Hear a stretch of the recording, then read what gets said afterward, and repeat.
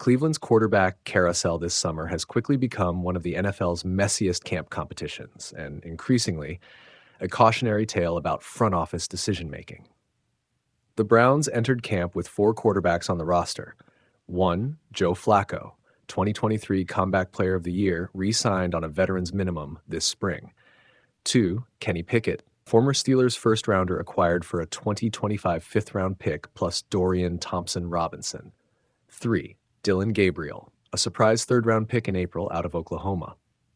4, Shedeur Sanders, fifth-round rookie from Colorado and one of the biggest names in this year's class. Add to that Deshaun Watson, whose massive contract and injured Achilles keeps him out of camp but on the payroll, and you have a quartet, if not quintet, of signal callers all vying for 2 or 3 roster spots. Even before padded practices began, veteran ESPN analyst Kirk Herbstreit fired another salvo at the Browns' decision to draft Gabriel so high, laying out the numbers nobody wants to admit. Open quote, "Most teams keep 3 quarterbacks. Someone's going to get cut, and I think it's going to be based on how things go in camp. My bet is Shedeur makes the team," Herbstreit said. "But he's in a backup role." Close quote. By his count, that leaves just 1 spare spot, meaning Dillon Gabriel, Cleveland's third-rounder, is likely the odd man out. Pickett, despite uneven play in Pittsburgh, has pedigree as a former first-rounder and still carries intriguing upside. Flacco has the inside track for Week 1 duty. Sanders, meanwhile, has drawn praise for his polish in the spring and a full-season developmental ticket. So what does this tell us? High pick, low margin for error.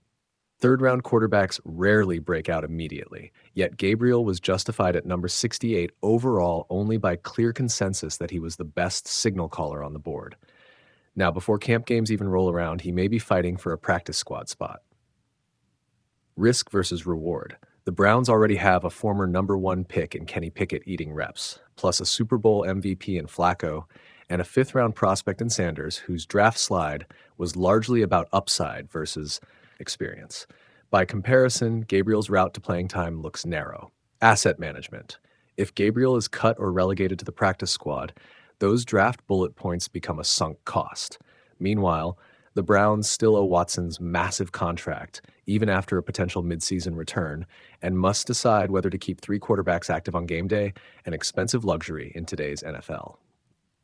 It's still early in camp, and football is a game of second chances.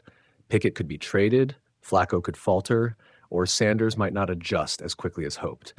But the early consensus that Cleveland's third-round pick has become a roster casualty before preseason pads hit the turf is piling up fast.